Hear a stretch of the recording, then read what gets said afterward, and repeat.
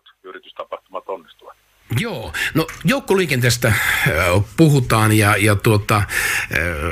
Helsingissähän toimii Helsingin seudun liikenne eli HSL, eli nämä siniset bussit, ajelin bussia sinistä. Simo Salminen laulaa. Kaverit alkoi inistä. Mutta sä oot sitä, mitä vähän, että Helsingin joukkoliikenne ei tällä hetkellä toimi parhaalla mahdollisella tavalla. On ihan itse samaa mieltä, varsinkin poikittainen liikenne on kyllä ihan peestä. No niin, kerrohan sinä vähän, mikä siinä eniten mättää?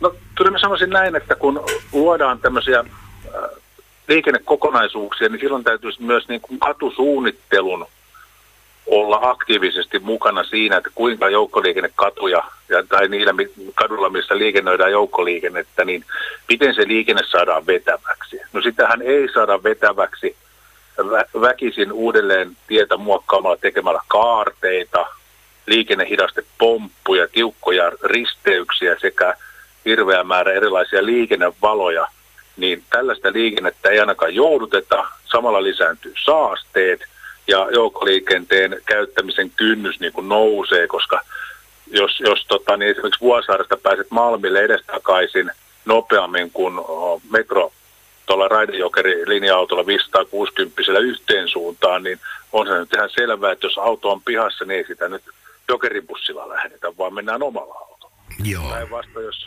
olisi joutuisaa ja nopeaa se